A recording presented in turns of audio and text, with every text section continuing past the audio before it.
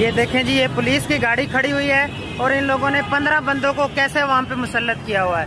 ये आप देख सकते हैं 8 से 10 लोग हैं जिन्होंने पूरी कौम को यरगमाल बनाया हुआ है।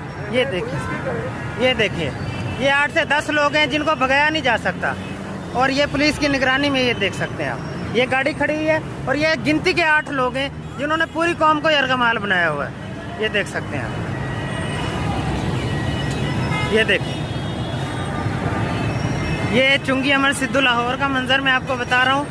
ये 8 से 10 यूथिये हैं जिन्होंने पूरी कौम को यरगमाल बनाया हुआ है। ये आप देख सकते हैं और ये पुलिस की निगरानी में बदमाशी हो रही है। ये चाहते हैं कि कौम आके इनको मार के भगाए ताकि मुल्क में खाना जंगी हो।